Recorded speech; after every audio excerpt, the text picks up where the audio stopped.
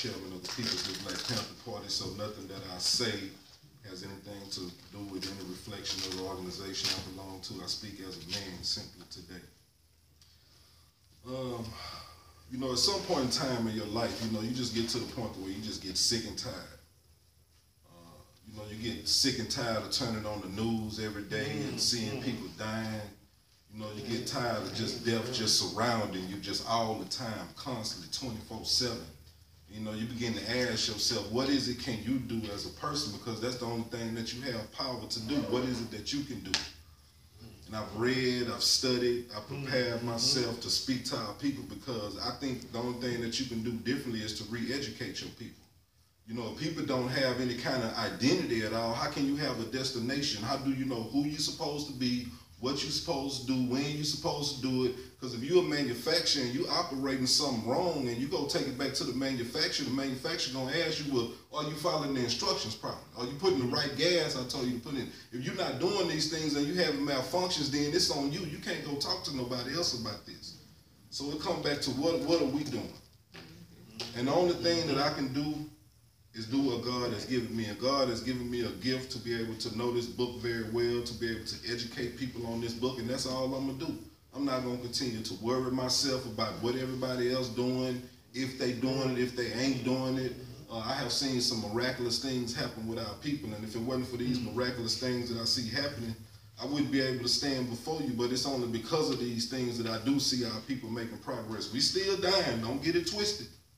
But we are making progress, and I do believe that one day we are going to come up out of this situation. Oh, yes. One day we coming out of it, because God going to do it. This book right here is one of the most amazing books I've ever read before in my life. If you like to read and you're not reading this book, I don't know what to tell you. It's absolutely amazing. What's so amazing about this book is you can actually read it in the dark with the lights off, where you don't have a clue, where you're reading it from a perspective of somebody else told you something. And I've also read it from the perspective of where the light has been cut on, because I had to go to my prayer closet and I had to ask God some serious questions one day.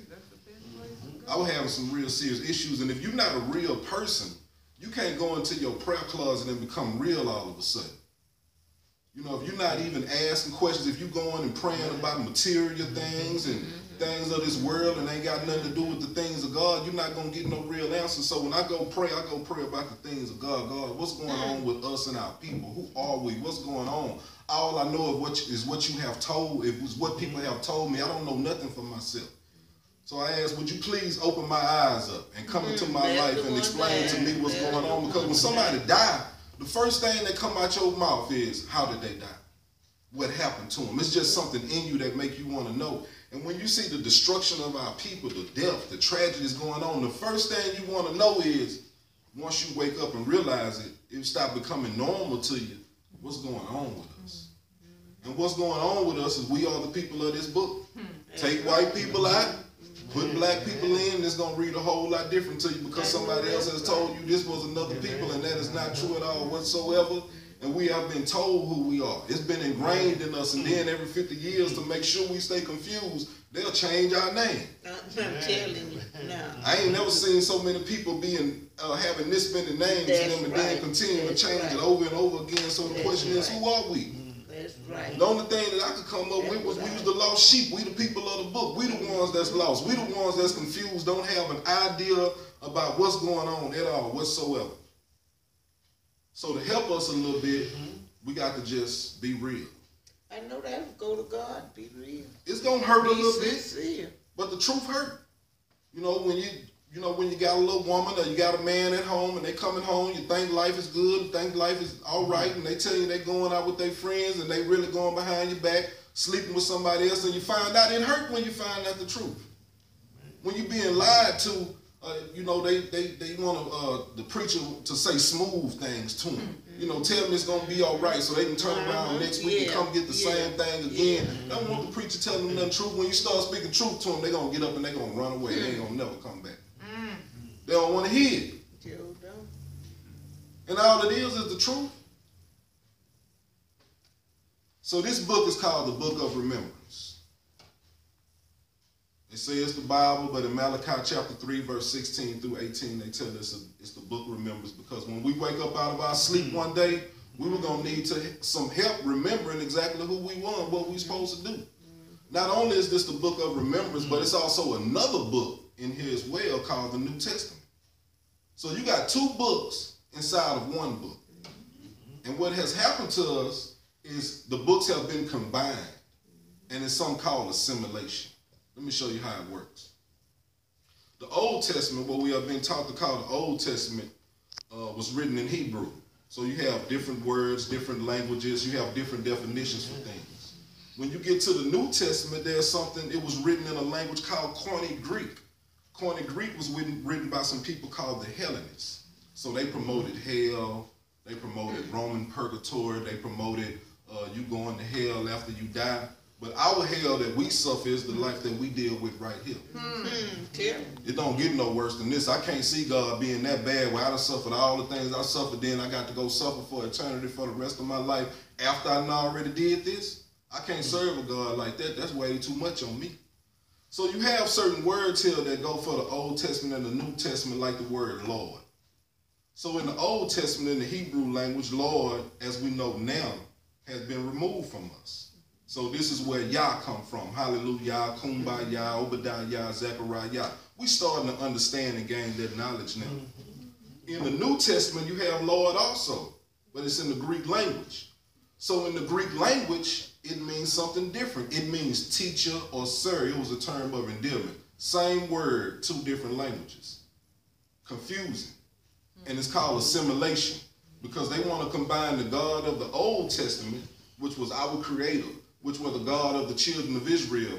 And now they want us to start switch that God out with this European version of God that we've been given that ain't profiting us nothing at all. And we both just say Lord, and it's very confusing to us because you see the word. So you have to know two different languages. One meant one thing, another one meant the other thing. It's just the truth. Get you a dictionary somewhere, and all you got to do is look it up for yourself, or you can Google it now. You ain't got to believe me. But we were asleep at one time, and so we didn't know these things. We were put in captivity, and anytime you're being put in captivity, the person who ruling over you is the one that's going to define everything for you. Right. They're going to tell you what's black, what's white, what's this, what's that, what's right, what's wrong, and you better obey, because it's something that go along with you not obeying when you're being in captivity. That's right. Our ancestors were whooped.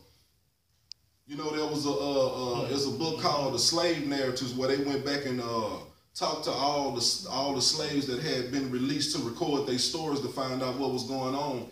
And the slaves told them, we knew we wasn't Christians, but they beat it into us and took away everything else it was.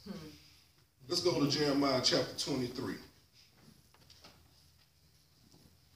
So we're going to have people going to be asking us questions. When you start waking up out your sleep, people want to start coming to you asking you questions. Well, you know, you say that's who you are, but how do you prove these things to us? And it's only going to be one way you're able to sit down and talk and deal with your people. You're going to have to pick this book up that we know and love so much, and we're going to have to teach our people from this book. I know that's right. They ain't going to get it no other way. I done tried. We're going to go to Jeremiah chapter 23. We're going to start at verse, let's go 26.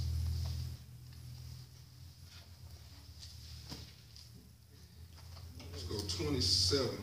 Yeah,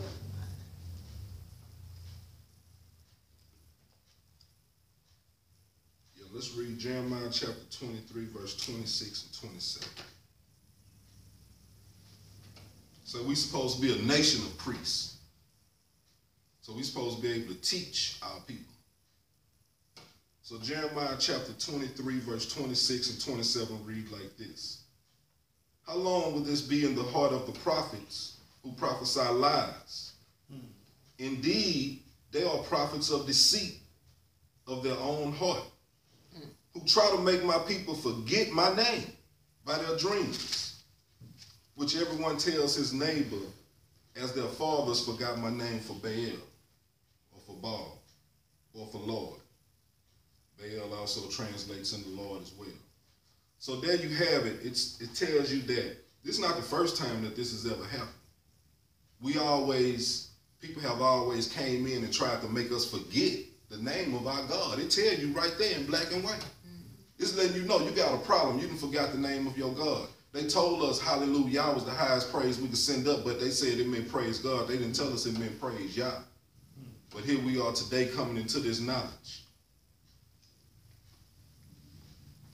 Let's go to Isaiah chapter 30, verses 20 and 21.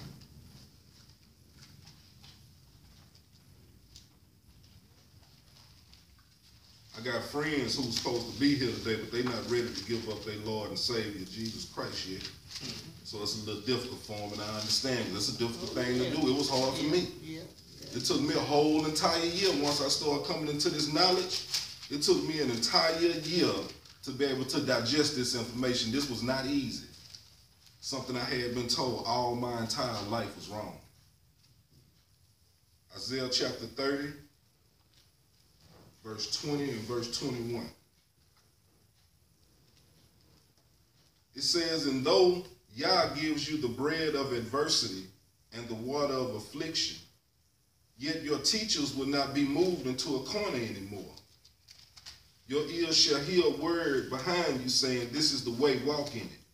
Whenever you turn on the right hand or whenever you turn to the left. So that's letting us know right there that a day was coming that we were going to have teachers that was going to begin to teach us things, and you was going to be able to see your teachers. You wasn't going to be blinded anymore. And that day has came because we starting to see people who are calling themselves the children of Israel waking up out of a deep sleep right now. Now, something that's going on that's very confusing to our people when you have these teachers waking up. People are beginning to wake up and they want to immediately start teaching, and they're causing great confusion among our people. But you have to use wisdom. I have a berry tree in my backyard. When I go out there and I look at that berry tree, once it starts producing fruit, all the berries don't mature at the same time. The berries mature one at a time, on their own accord, at their own time. This is our Creator bringing us along like this, and we must have compassion on our people to know that we all are going to wake up at different times, and we're going to all be walking at different speeds. We cannot be judging one another, talking about what we eating, what we wearing, you know, how we carrying ourselves, this and that, because now all of a sudden we think we clean, we got the knowledge. All of a sudden now we think we can look back and start talking about everybody knowing good and well we was waking up every morning eating bacon sandwiches. But yet now we want to walk around and start judging each other. And it's sad. Yes, it is. God people don't do that. No, we're not supposed to do that. We're supposed to have compassion on one another. We're supposed to have an understanding. And if you know, if you just came from somewhere and you see somebody that's actually trying, they trying. Let them walk the same way you walk. Whatever woke you up and brought you to the point that where you at, when bears hibernate, they don't all wake up at one time. Everybody wake up on their own accord. This is not difficult. But you got people want to be leaders, and they lead with their egos, and they want to sit up and talk harshly to our women because they don't feel like they're on the level that they should be on. All you can do is what you can do. Just give the knowledge that you're supposed to give. Put it in a time capsule maybe later on when they